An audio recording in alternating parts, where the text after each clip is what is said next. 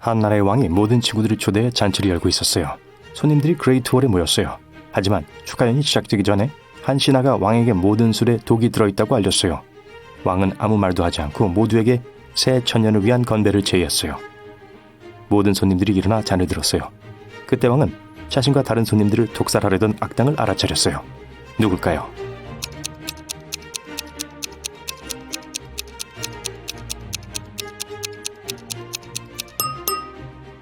저기 있는 남자는 빈잔을 들고 있어요. 술에 독이 든 걸 알고 있어서 자신의 잔에 아무것도 묻지 않았죠.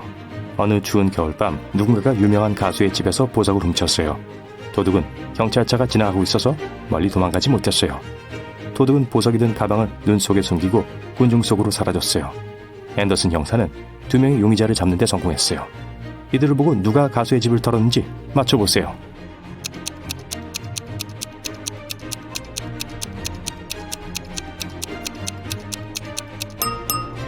맨손으로 눈을 파면 빨갛게 변하죠. 이 남자는 손가락과 손바닥이 빨개요. 하지만 저 여자는 장갑을 끼고 눈을 봤을 수 있으니 그녀도 도둑일 수 있죠. 하지만 그렇게 높은 구두를 신고는 달릴 수 없었을 거예요. 한 대학 교수가 그의 동료인 나이든 교수가 양자 물리학에 대해 강의하고 있는 강의실에 들어갔어요. 그는 칠판에 공식을 쓰고 있었고 학생들은 노트북으로 필기하고 있었어요. 교수님은 이 학생들 중 한 명이 자고 있다는 걸 알고 있어요. 그는 차례대로 학생들 뒤에 멈춰서면서 강의실을 돌아다니기 시작했어요. 누가 지금 꿈꾸고 있나요?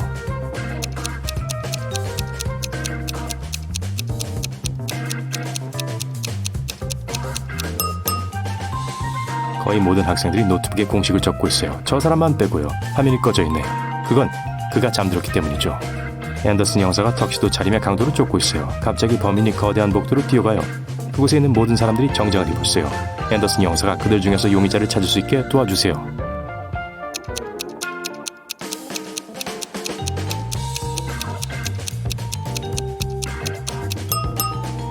저 사람 잡아요. 뛰어다녀서 땀을 흘리고 있네요. 레오의 상사는 주간 업무 계획을 완성하지 않았다고 그에게 소리쳤어요. 이제 레오는 주말 내내 사무실에서 일을 끝내야 했어요. 상사는 레오가 건물 밖으로 나갈 수 없게 그의 마그네틱 카드를 가져갔어요. 몇 시간이 지났어요. 레오는 배가 고파요. 사무실에는 물도 음식도 없어요. 하지만 마그네틱 자물쇠로 된 문 뒤에 있는 옆방에는 냉장고와 냉각기가 있어요. 월요일에 레오는 상사에게 완성된 보고서를 줬어요. 어떻게 해서인지 그는 음식과 물을 구할 수 있었죠. 어떻게 했을까요?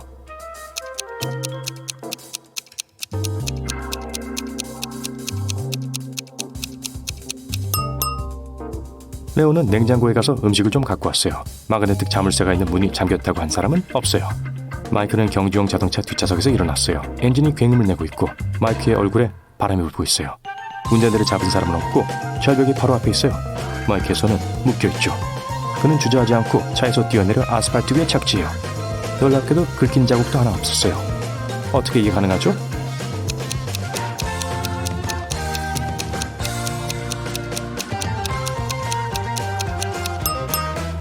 차는 움직이고 있지 않아요. 엔진만 돌고 있죠. 빅토리아는 자신의 집에 다가가요. 전구가 자동으로 켜지면서 그녀가 문으로 가는 길을 밝혀줘요. 빅토리아는 열쇠를 넣고 안으로 들어가요. 몇 시간 후 초인종이 울려요. 그녀는 문구멍을 통해 모자를 쓴 남자의 실루엣을 보게 되죠. 빅토리아는 문 여는 게 무서워요. 낯선 사람 때문이 아니라 이게 사람이 아니어서예요. 그녀는 왜 그렇게 생각하죠?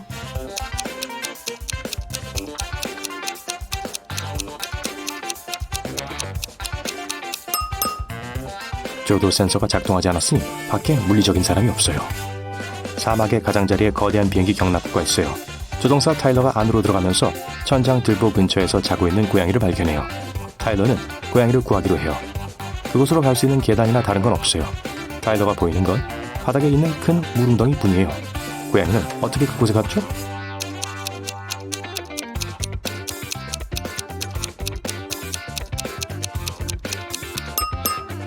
그곳엔 각 얼음으로 된 피라미드가 있었어요. 고양이는 그 꼭대기로 올라가서 천장에까지 갔던 거예요. 그리고 나서 얼음이 녹아서 웅덩이를 남겼어요. 마가렛, 레이첼 그리고 다이애나는 주말 계획을 공유하며 거리를 걷고 있어요. 그 소녀들은 돈이 많아 보여요. 하지만 그들 중 오직 한 명만이 많은 돈을 갖고 있죠. 누굴까요?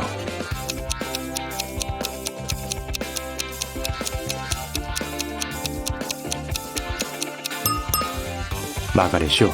그녀의 가방에서 페라리 열쇠를 볼 수 있어요. 집을 나서던 중 샌디는 가방에서 선글라스를 꺼내려다 실수로 부러뜨렸어요. 이제 새 걸 사야 해요. 샌디는 택시를 부르고 패션 부티크들이 있는 거리에 도착해요. 이 도시에서 가장 좋은 안경이라고 첫 번째 건물 간판이 주장하고 있네요. 세계 최고의 안경이라고 두 번째 부티크에 쓰여있네요. 세 번째 가게에 있는 글귀가 제일 멋져요. 샌디는 그곳으로 향하죠. 세 번째 가게엔 뭐라 적혀 있었을까요?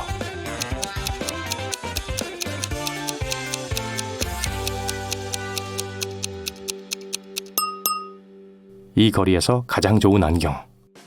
조니가 청소를 보고 있어요. 전기세 5만원, 물세 39,000원, 가방 7만원, 세폰 44만 8천원, 레스토랑 저녁 식사비 5만 2천원, 컴퓨터 58만 9천원, 비싼 호텔 객실비 63만 7천원. 그는 회사에서 97만 8천원의 보너스를 받았어요. 하지만 엄마를 위해 새 냉장고도 사야 하는데 가격이 79만 8천원이에요. 조는 곧 나서야 하는데 돈이 얼마나 필요할지 알고 싶어해요. 어떻게 빨리 계산할 수 있죠?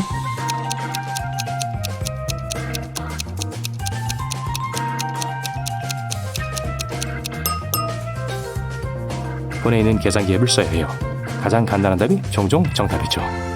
앤더슨 형사가 순종 강아지들이 사라진 사건을 조사하고 있어요. 그에겐 3명의 용의자 명단이 있죠. 그래서 그들을 만나러 갔어요. 첫 번째 용의자는 어린 소녀예요. 그녀는 전날 친구들과 시간을 보냈고 강아지 알레르기도 있다고 했어요. 두 번째 용의자는 나이든 노인이에요. 그는 지난 며칠 동안 집 밖에 나가지 않았다고 해요. 세 번째는 유명한 비디오 블로거예요.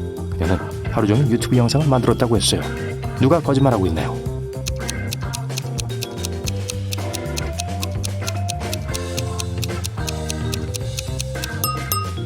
첫 번째 여자요. 개 알레르기가 있다고 하는데 부엌에 그릇과 게사류가 있네요.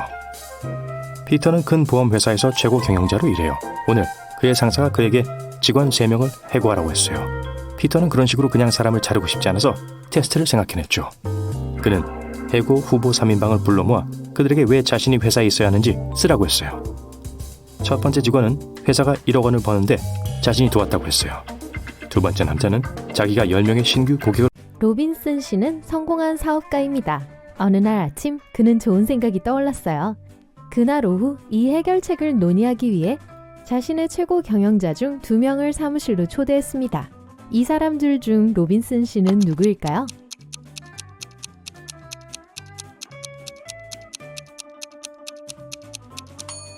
오른쪽에 있는 남자예요. 그의 양복 재킷이 사장 의자 위에 있어요. 이 동물의 영어 이름에서 마지막 글자를 빼면 이 동물이 물고기를 사냥하는 장소를 뜻하는 단어가 됩니다. 무엇일까요?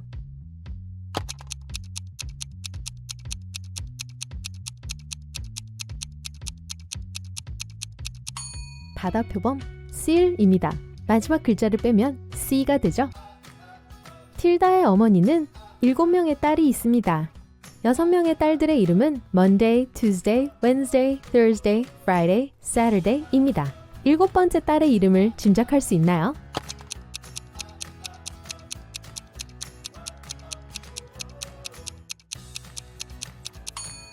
맞아요. 틸다예요.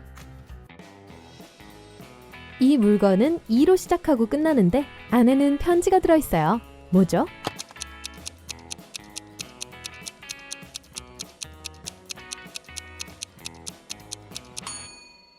정답은 봉투, envelope입니다. 셀리 부인은 자선 박람회를 위해 가장 좋아하는 초콜릿 쿠키를 구웠어요. 쿠키를 부엌 식탁 위에 두고 정원으로 갔습니다. 그녀가 돌아왔을 때 누군가 쿠키를 모두 먹었어요. 셀리 부인은 매우 화가 나서 3명의 아이들에게 물었어요. 장남 데이빗은 하루 종일 정원에 있었기 때문에 쿠키를 먹지 않았다고 말했습니다. 딸인 셀리가 얼굴에 묻은 부스러기를 닦아내며 샌드위치를 방금 먹었다고 말했습니다. 막내딸 사라는 다이어트 중이어서 단 것을 먹지 않았다고 합니다. 셀리 부인은 누가 거짓말을 하는지 정확히 알아냈어요. 여러분도 알아냈나요?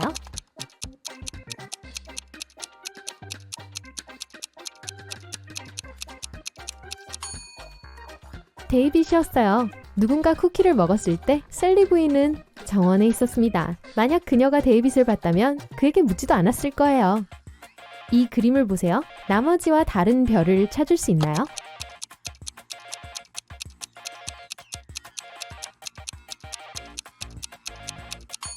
다른 별은 왼쪽 구석에 있습니다. 이 별의 가운데 부분이 다른 별보다 작습니다. 배달원 로보트는 상사의 심부름으로 비싼 다이아몬드 목걸이를 가지러 보석상에 들어갔습니다. 보석상 점원 다프네가 금고에서 목걸이를 꺼내 상자에 포장하려고 했어요.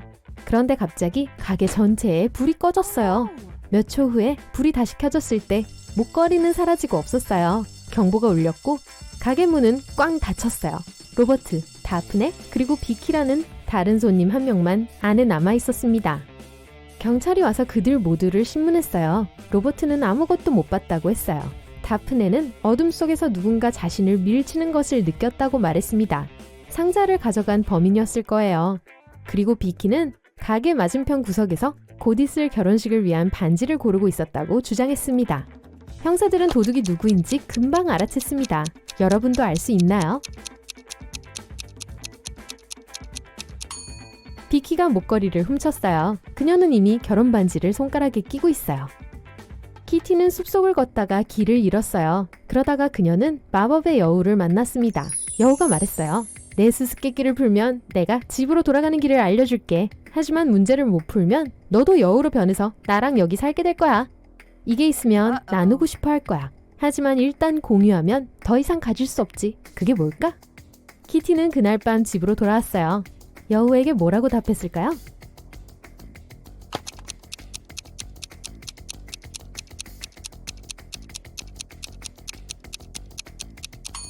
정답은 비밀입니다. 비밀은 일단 나누면 더 이상 비밀이 아니죠.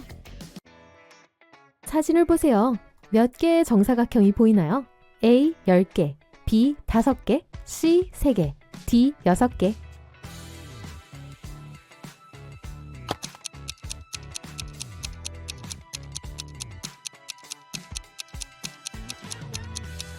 맞아요. 정사각형이 10개예요. 모든 색깔을 다 세야 합니다. 스티브는 성공적인 지질학자가 되어 세계를 여행하는 것을 꿈꾸고 있었어요. 그래서 매우 어려운 시험을 치렀고 모든 문제를 다 맞췄습니다. 스미스 교수가 스티븐에게 마지막으로 한 가지 질문이 있다고 했어요. 만약 그 질문에 정확하게 대답하면 다음 주에 흥미진진한 산악 탐험에 합류하게 될 거예요. 에베레스트 산은 1852년에 발견되었습니다. 하지만 그 전에 세계에서 가장 높은 산은 무엇이었을까요? 다음 주에 스티븐은 동료들과 함께 자랑스럽게 산을 오르고 있었습니다. 그는 교수님에게 뭐라고 답했을까요?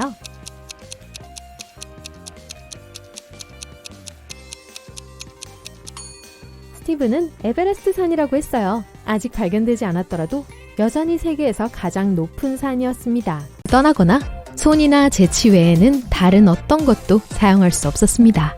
왕자들 중 한 명이 즉시 무엇을 해야 할지 알았어요. 그는 공주와 결혼했습니다. 그는 무엇을 했을까요?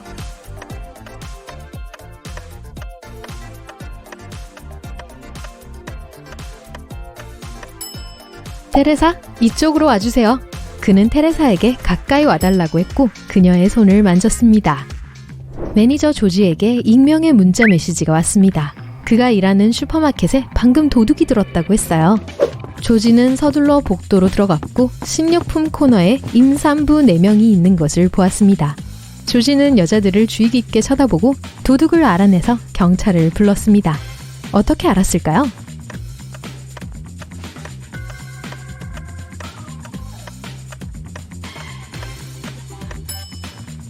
장바구니나 카트가 없는 사람은 오른쪽 여자뿐입니다. 그 여자는 가짜 배에 식료품을 담았어요.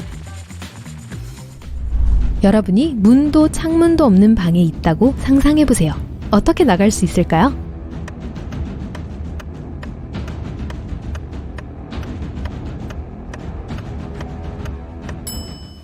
그냥 그런 방을 상상하지 마세요. 빅토리아 부인은 손자 리게의 18번째 생일에 특별한 선물을 주기로 했습니다. 부인은 손자를 방으로 불러 금고를 보여주고 열쇠가 들어있는 코르크 마개병을 건네주었습니다. 얘야, 이건 내 금고의 열쇠란다. 네가 금고를 열 수 있다면 그 안에 든 돈을 다 가져도 좋아. 하지만 코르크 마개를 뽑거나 병을 깨지 말고 열쇠를 꺼내야 해. 행운을 빈다. 릭은 도전을 받아들이고 퍼즐에 대해 생각하기 시작했습니다. 열쇠를 꺼내려면 어떻게 해야 할까요?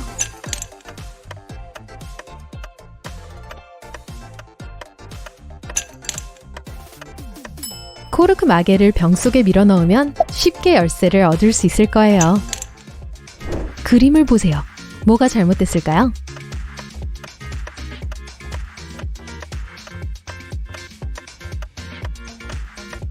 여자의 거울에 비친 모습은 가방을 다른 손에 들고 있어요. 에이미는 이웃을 짝사랑했어요. 그녀는 도움을 청하기 위해 동네 마녀 셀리에게 갔습니다. 셀리는 보라색 사랑의 묘약을 만들겠다고 했어요. 보름달 밤에 셀리는 할머니의 사랑의 묘약 제조법이 적힌 종이 한 장을 꺼냈어요. 마지막 재료를 제외하고 모든 재료를 섞었습니다.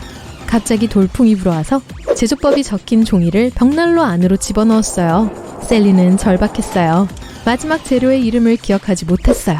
하지만 묘약이 보라색이어야 한다는 사실은 확실히 알고 있었습니다. 셀리가 일을 끝내도록 도와주세요.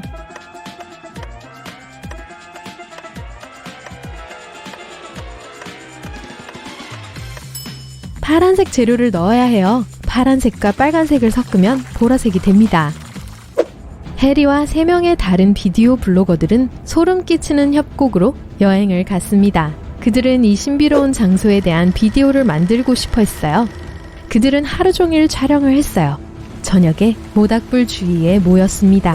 하지만 비가 내리기 시작했고 모두 텐트로 잠을 자러 갔어요. 아침에 해리는 일어나서 텐트에서 나와 아침으로 무엇을 먹기 위해 음식이 든 큰 가방으로 향했어요. 그때 모든 음식이 없어진 것을 발견했어요. 해리는 화가 났어요.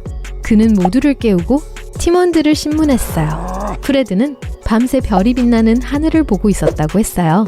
제이는 남자친구와 화상 채팅을 하려고 와이파이 신호를 잡으려고 애썼다고 했어요. 샘은 자고 있었다고 했어요. 누가 거짓말을 하고 있나요?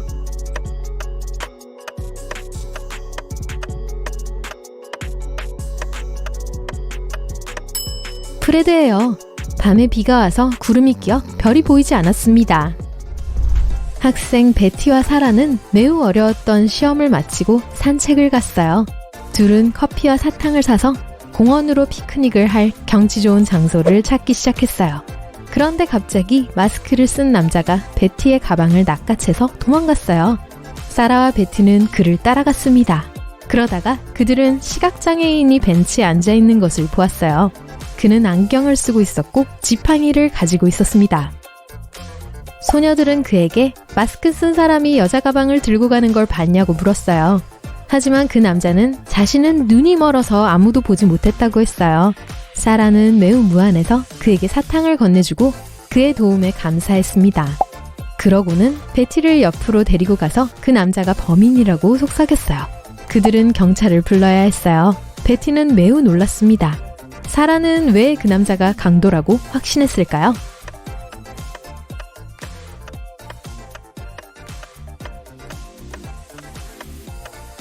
만약 그 남자가 정말 장님이었다면 사탕을 보지 못했을 거예요. 윌의 어머니에게는 아들이 셋 있습니다. 프레드, 피터, 그리고 누구죠? 두 룸메이트 데브라와 레이첼은 일주일치 장을 보고 집으로 걸어가고 있었습니다. 데브라는 자기 가방이 너무 무겁다고 계속 불평했어요. 그러자 레이첼이 말했습니다. 왜 화를 내는지 이해가 안 돼. 네 가방 하나를 나한테 주면 난 너보다 2배나 많은 가방을 들게 돼. 내 가방 하나를 너에게 주면 우린 똑같은 수의 가방을 들게 돼. 두 친구는 가방을 몇 개나 들고 있는 걸까요?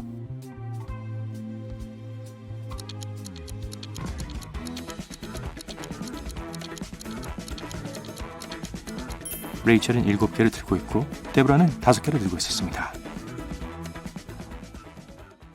블랙 형사의 조수 조시가 직장에 늦었습니다. 그는 도착했을 때 상사에게 다음과 같은 이야기를 했습니다.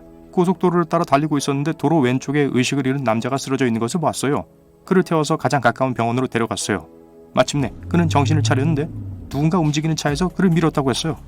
그의 돈과 서류들이 모두 들어있는 가방은 차 안에 넘겨졌다고 해요. 하지만 블랙 형사는 그 남자가 거짓말하고 있다고 말했어요. 어떻게 알아냈을까요?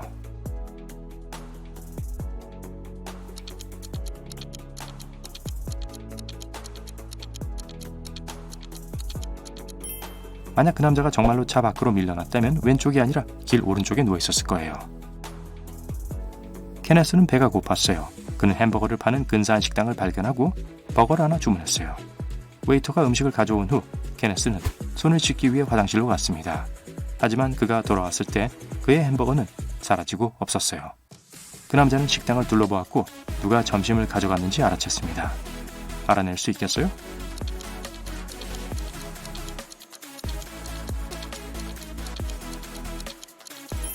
개가 발밑에 앉아 냄새를 맡고 있는 젊은 여성입니다. 만약 그녀가 보이는 것처럼 그냥 커피를 마시고 있었다면 개는 그녀에게 그렇게 관심을 갖지 않았을 거예요. 메리는 공원을 걷고 있다가 배고픈 개를 발견했습니다. 메리는 간식을 개에게 나눠주기로 했어요. 안타깝게도 그녀와 개 사이에는 시냇물이 있었습니다. 그녀는 개의 관심을 끌기 위해 쪼그리고 앉아 음식을 보여줬습니다. 개는 순식간에 그녀 옆으로 왔어요. 개울에는 다리가 없었고 개는 젖지 않았습니다. 그게 어떻게 가능하죠?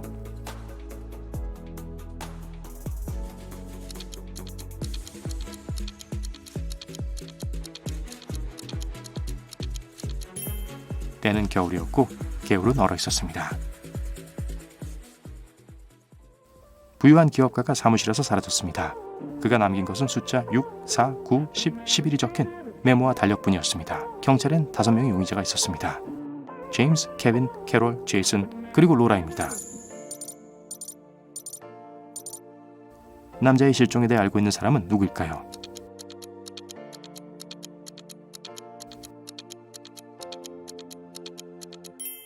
제이슨이에요.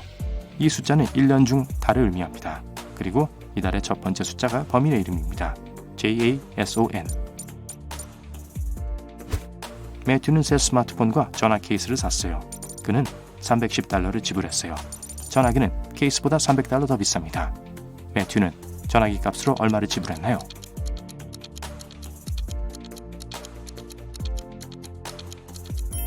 $305를 지불했습니다. 토니가 파티를 열었어요. 파티가 시작한 지 3시간 후에 몇몇 손님들이 토니에게 다가왔습니다. 그들은 어디에서 전화기를 충전할 수 있는지 물었습니다.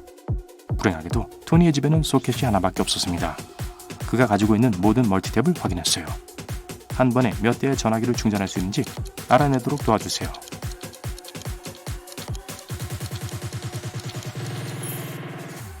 토니는 8대의 전화기를 충전할 수 있습니다. 보세요. 하나는 코드가 잘렸어요. 소켓이 하나인 멀티탭은 쓸모가 없어요. 멀티탭 하나는 코드가 전혀 없습니다. 또 하나는 플러그를 꽂을 구멍이 없습니다. 또한 두 멀티탭에 있는 소켓 하나는 다른 멀티탭 플러그가 사용하게 될 거예요. 부유한 사업가가 경찰을 불렀습니다. 그가 아침에 사무실에 도착했을 때 집에 있는 금고에 중요한 서류 뭉치를 두고 온 걸 기억했습니다. 그는 비서 존을 보내 그것을 가져오겠습니다. 하지만 30분 후에 비서가 전화를 했어요. 금고가 열려있대요. 서류는 아직 안에 있었지만 돈은 모두 사라져버렸어요. 경찰은 그 사업가의 자택을 조사했습니다. 경찰은 지문을 찾으려고 애썼어요. 전혀 없었어요. 형사는 3명의 용의자가 있었습니다. 비서, 사업가의 조카, 마크 그리고 가정부였어요. 비서는 금고를 보자마자 상사에게 전화를 걸었다고 말했어요. 마크는 존이 와서 문을 열어줬어요. 그리고 나서 저는 방으로 갔고 존이 절 부른 후에야 사건에 대해 알게 됐어요.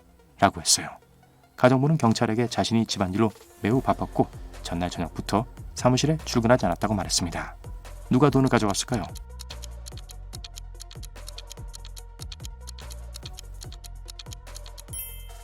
비서였어요. 방에는 지문이 없었어요. 하지만 존은 그곳에 있었고 분명히 다른 것들을 건드렸어요. 만약 그가 유죄가 아니었다면 자신의 지문을 지우지 않았을 거예요. 나머지 공룡과 다른 공룡을 찾을 수 있나요?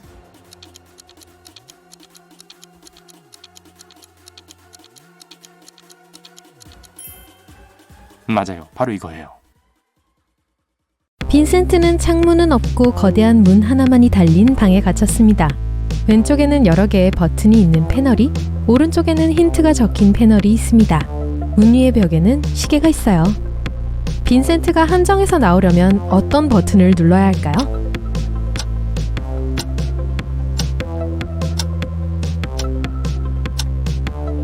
초록색 삼각형입니다. 패널의 숫자는 시간을 나타내는데 이걸 시계에서 연결하면 삼각형이 나옵니다. 문이 열렸고 빈센트는 불빛이 희미한 홀로 들어갔습니다. 그곳에서 그는 문을 하나 더 발견했어요. 그런데 이번에는 자물쇠와 열쇠가 같은 체인에 걸려 있었습니다. 이 자물쇠를 잠깐 살펴본 후 빈센트는 이 문으로 나갈 수 없다는 것을 깨달았습니다. 왜일까요?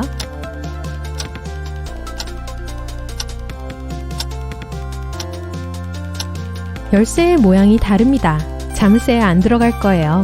빈센트는 탈출할 다른 방법을 찾아야 합니다. 그때 빈센트는 어두운 구석에 놓인 테이블을 발견했어요. 종이 한 장, 칼 한 자루, 풍선 여러 개가 그 위에 놓여 있습니다. 빈센트가 쪽지를 집어들었어요.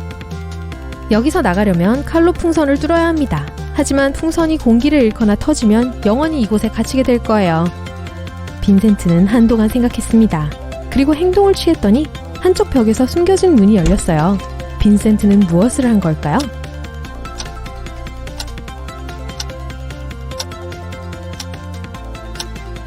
그는 풍선 중 하나에서 공기를 빼냈습니다.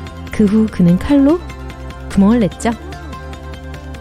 마커스 형사와 다른 행인은 교통사고를 목격했습니다. 미니밴에 치인 한 남자가 의식을 잃은 채 바닥에 쓰러져 있었어요. 마커스는 구급차를 부르러 가장 가까운 카페로 달려갔습니다. 그가 돌아왔을 때 행인은 그가 뒤척인 뒤 다시 정신을 잃었다고 말했어요. 그곳을 잠깐 살펴본 후 형사는 이 사람에게서 훔친 물건을 모두 돌려놓으시죠? 라고 말했습니다. 왜 그렇게 말했을까요?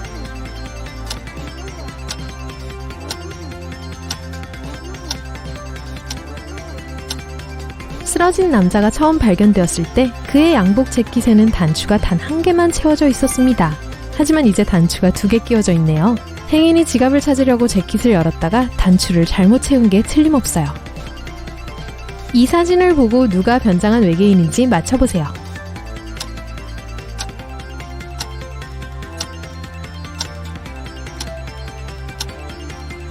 노란 셔츠를 입은 남자입니다. 바나나를 먹는데 껍질을 안 벗기고 물어 뜯으려고 하고 있네요. 아마 이 과일을 처음 봤을 거예요. 유명한 형사 3명이 골치 아픈 사건을 논의하기 위해 커피숍에 모였습니다. 웨이터가 다가와 물었어요. 모두 커피로 하시겠어요? 첫 번째 형사가 말했어요. 모르겠어요. 두 번째 형사가 대답했어요. 모르겠어요. 세 번째 형사는 네 라고 했어요. 처음 두 형사는 무엇을 주문했을까요?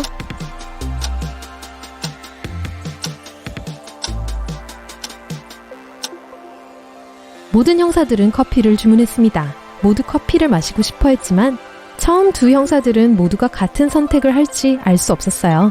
만약 처음 두 형사가 커피를 마시고 싶지 않았다면 그냥 아니오라고 했을 거예요. 그래서 세 번째 형사는 동료들의 대답을 듣고 둘 다 커피를 주문할 거라는 걸 알게 된 거죠. 그리고 자신도 커피를 마시고 싶었기 때문에 네라고 대답한 거예요. 박물관 전시실에는 랄프, 윌리, 엠버, 그레이스가 있습니다. 누군가 몇 시간 전에 이 방에서 귀중한 유물을 훔쳤어요. 랄프, 윌리, 엠버는 이 범죄와 아무 관련이 없다고 주장합니다. 하지만 형사는 이들을 믿지 않았고 모두 체포해 경찰서로 연행했습니다. 질문에 대답하지 않은 그레이스만 자유롭게 떠날 수 있었어요. 왜일까요?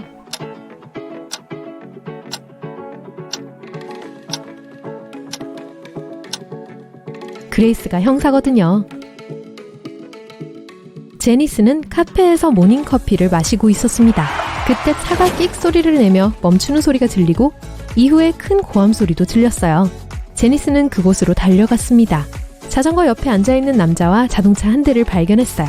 자전거 타던 사람은 다친 것 같지 않았고 제니스는 그가 일어나는 것을 도왔습니다. 운전자도 그들에게 다가왔습니다.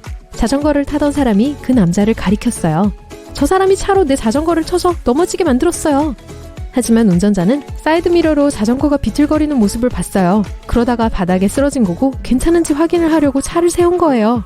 제니스는 누가 거짓말을 하는지 거의 바로 알아챘습니다. 누구일까요?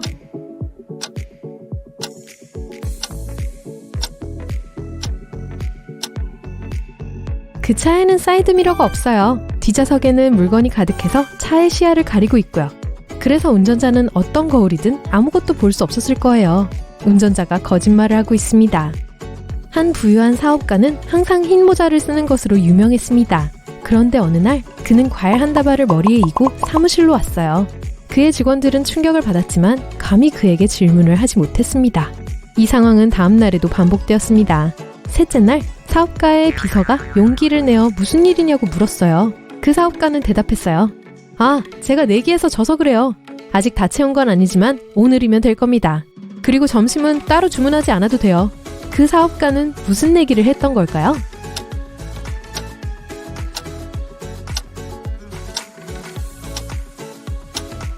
그는 내기를 할 때 이렇게 말했어요. 내가 지면 내 모자를 먹겠어. 마크 다슨 형사는 한 범죄자의 용의자를 확보했습니다. 그래서 용의자의 집을 감시하기로 했죠. 그는 그리 멀지 않은 곳에서 이젤을 세워둔 화가를 발견했어요. 보아하니 범인의 집을 그리려고 했던 것 같아요. 그리고 그에게 경찰서로 돌아갈 일이 생겼습니다. 그는 화가에게 누군가가 집에 들어오거나 나가는 것을 보면 전화를 해달라고 요청했어요. 그녀는 동의했습니다. 마크가 저녁에 돌아왔을 때 화가는 그에게 아무도 보지 못했다고 말했습니다. 형사는 즉시 그녀가 거짓말을 하고 있다는 것을 알아챘어요. 어떻게 알아냈을까요?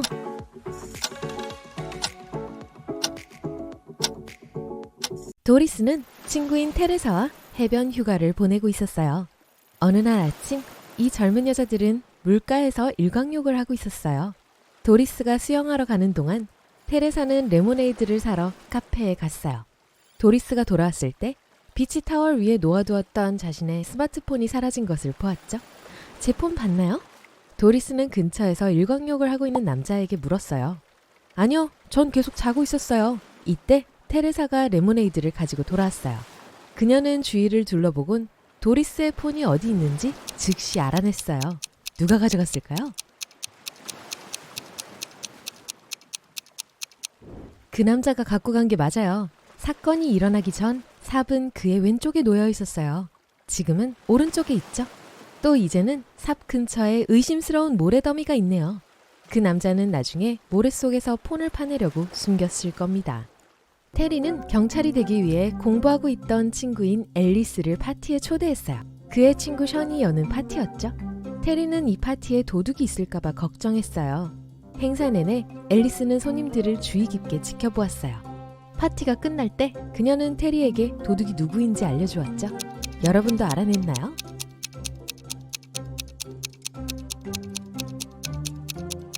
주최자인 션이었어요. 파티가 시작될 때 손님 중 한 명이 손목에 시계를 차고 있었어요.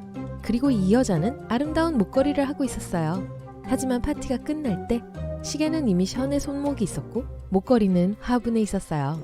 칼슨 형사가 길을 걷고 있을 때 유리 깨지는 소리를 들었어요.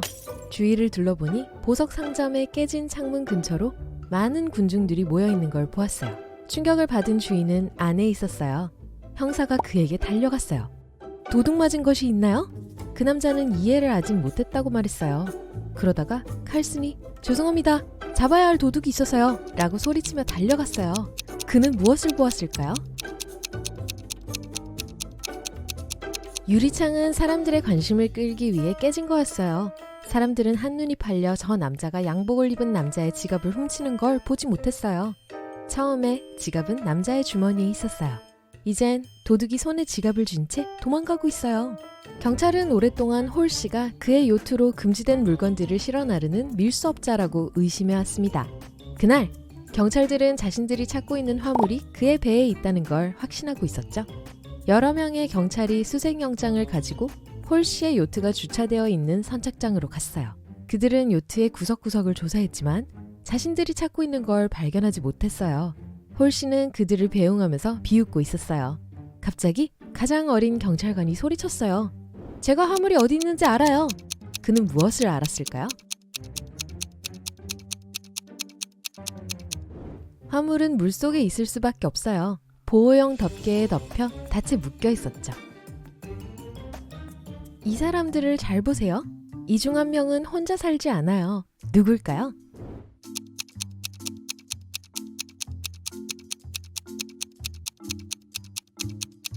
오른쪽에 있는 남자예요. 칫솔이 2개 있어요. 부유한 사업가인 오스틴은 자신의 사무실에 아주 중요한 서류를 가져왔어요. 하지만 회의가 있어서 몇 시간 동안 자리를 비워야 했죠. 오스틴은 비서에게 수상한 점이 없는지 지켜보라고 했어요.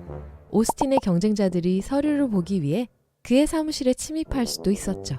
그가 돌아왔을 때 그의 비서는 그에게 모든 게 조용했다고 말했어요. 하지만 오스틴이 주위를 둘러봤을 때 누군가가 자신의 사무실 안에 있었다는 것을 깨달았어요. 결국 비서는 오스틴이 없는 동안 잠이 들었다는 걸 시인했어요. 그 사업가는 어떻게 누군가가 자신의 사무실을 방문했다는 걸 알았을까요? 책상 위 지구본이 지금은 반대 방향으로 돌려져 있어요.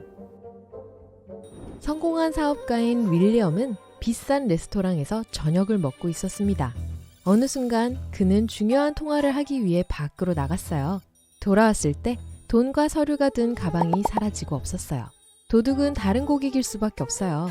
경찰이 도착했을 때 그들은 식당에 있던 모든 사람들을 신문했어요.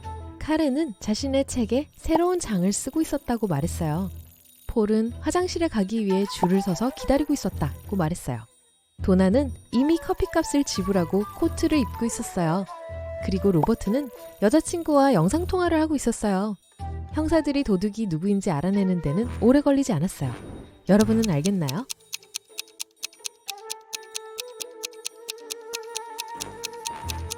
범인은 폴이에요. 그 사람 말고는 식당에 단 4명의 방문객밖에 없었어요. 그리고 다들 바빴죠. 그렇다면 화장실에 긴 줄이 있을 리 없겠죠? 경찰은 지명수배범 중 한 명인 칼 워커가 국내로 온다는 연락을 받았어요. 이 정보에 따르면 그 남자는 비행기로 올 예정이라 했어요. 안타깝게도 경찰은 그에 대해 아는 게 거의 없었어요. 그는 키가 작고 안경을 쓰고 가명을 쓰며 여행하고 있어요. 애덤스 형사가 공항으로 갔습니다. 그는 인상착의와 일치하는 4명을 붙잡았어요. 그들은 루이스 씨, 렐코 씨, 테일러 씨, 윌슨 씨였습니다. 이 남자들을 잘 보고 누가 범인인지 알아내보세요.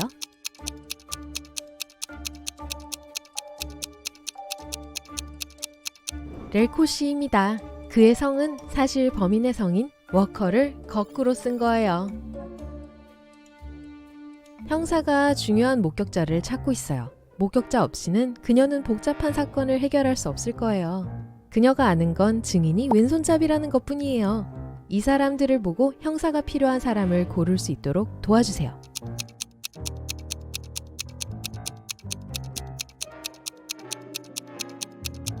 세계를 그냥 저쪽으로 옮기기만 하면 돼요. 됐네요. 에스미는 집에 돌아갈 수 있어요. 10일. 토르는 친구들에게 자기 노트북의 세 자리 암호가 뭔지 추측해보라고 했어요.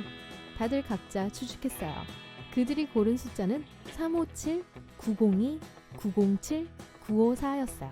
추측했던 숫자가 다 맞진 않았지만 모두들 그 자리에 딱 들어맞는 한 자리 수들을 정확하게 맞췄어요.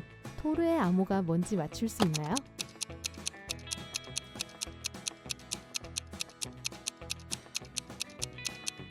그들 중에 한 명만 정확하게 한 자릿수를 맞췄다고 하니 첫 번째 자리는 9일 수가 없어요. 이런 경우 세 사람이 맞춘 게 되니까요. 그러면 세 번째 자리를 추측할 사람이 충분하지 않을 거예요. 첫 번째 자릿수에 대한 유일한 다른 옵션은 3이에요. 즉, 두 번째 자릿수는 5일 수가 없고 세 번째 자릿수는 7일 수 없다는 게 되죠. 두 번째 자리가 5가 될 수 없기 때문에 0이 맞아요. 두 사람이 정확하게 추측했어요. 그리고 세 번째 자리는 4예요. 만약 2였다면 누군가가 두 자릿수를 맞췄다는 게 돼요. 0과 2를요. 하지만 그렇진 않았으니 토르의 암호는 304입니다. 12. 하나의 과제를 하기 위해 학생들을 두 팀으로 나누었어요. 스톰, 딘, 그리고 브룩은 노란 팀이에요. 엘시, 엠마, 데다는 보라 팀이에요. 같은 논리를 따르면 렉시는 어느 팀에 들어가야 할까요?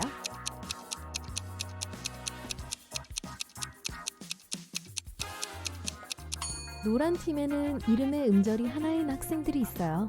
보라 팀에는 두 음절로 이뤄진 이름을 가진 학생들이 있어요. 렉시의 이름은 두 음절이죠? 그래서 렉시는 보라 팀에 속해야 해요. 13. 아틀라스는 오래된 집 다락방에 갇혔어요. 나갈 수 있는 방법은 3가지인데 다 위험해요. 첫 번째 문 뒤에는 지붕과 바닥이 돋보기 모양으로 만들어져 있어요. 햇빛이 들어오면 모든 사람들을 다 태워버릴 거예요. 두 번째 문 뒤에는 독가스로 가득 찬 방이 있어요. 그리고 세 번째 문에는 배고픈 사자가 숨어 있어요. 아틀라스는 어떻게 탈출할 수 있을까요?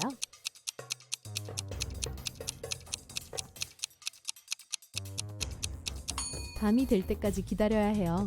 해가 지고 나면 첫 번째 문을 통해 안전하게 나갈 수 있거든요. 14. 이제 아이리스와 절친들을 보세요. 렉스, 지니, 조시, 그리고 웬. 누가 아이리스의 애인일까요?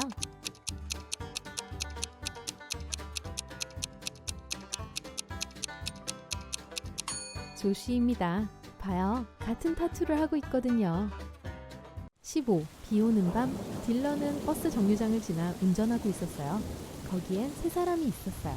몸이 아픈 할머니, 많은 생명을 구한 의사, 딜런이 수년간 짝사랑하고 있는 셀레나. 안타깝게도 딱 한 명만 차에 태울 수 있는 상황이에요. 딜런은 어떻게 해야 할까요?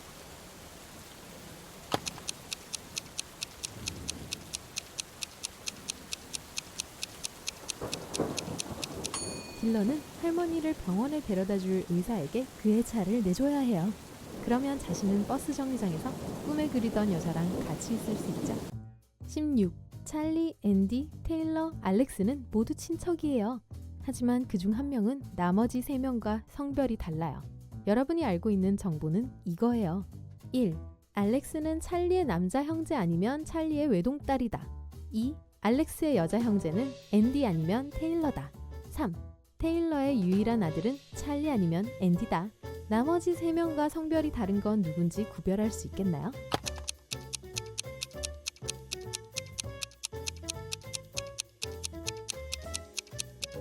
만약 알렉스가 찰리의 외동딸이라면 알렉스는 자매가 없어야 해요. 그럼 알렉스는 찰리의 형제가 되는 거죠. 만약 알렉스의 여자 형제가 앤디라면 앤디는 여자예요. 그리고 3번 정보에 의하면 찰리는 테일러의 외동아들이에요. 하지만 알렉스는 찰리의 형제니까 여기 모순이 생겨요. 즉 알렉스의 여자 형제는 테일러란 거죠. 그래서 테일러가 여자예요. 찰리, 알렉스, 테일러는 형제자매예요. 그리고 앤디는 테일러의 아들이에요. 17. 형사가 수색영장을 갖고 도착했을 때 키넌은 TV를 보고 있었어요. 형사는 도시은행이 털렸고 키넌이 주요 용의자라고 했어요. 키넌은 그날 집을 떠나지도 않았다고 대답했어요. 그는 아무것도 못했을 거예요. 경찰은 돈을 찾진 못했지만 그래도 그 남자를 체포했어요. 왜일까요?